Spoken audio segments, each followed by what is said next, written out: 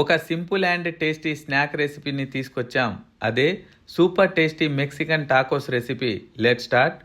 ఇప్పుడు ఒక చపాతీ తీసుకొని దానిపై టమాటో సాస్ లేదా రెడ్ చిల్లీ సాస్ వేసి అంతా సమానంగా స్ప్రెడ్ చేసుకోవాలి.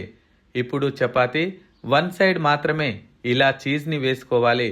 చీజ్ పైన మనం ముందుగానే ప్రిపేర్ చేసుకున్న ఆలూ స్టఫింగ్ని తగినంత వేసుకొని అంతా సమానంగా స్ప్రెడ్ చేసుకోవాలి.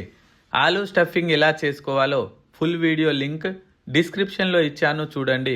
మళ్ళీ చీజ్ వేసుకొని కవర్ చేసుకోవాలి. ఇలానే మిగతా వాటిని స్టఫింగ్ చేసుకొని పక్కన పెట్టుకోవాలి. ఇప్పుడు స్టవ్ మీద ప్యాన్ పెట్టుకొని 3 టేబుల్ స్పూన్లు ఆయిల్ హీట్ చేసుకోండి.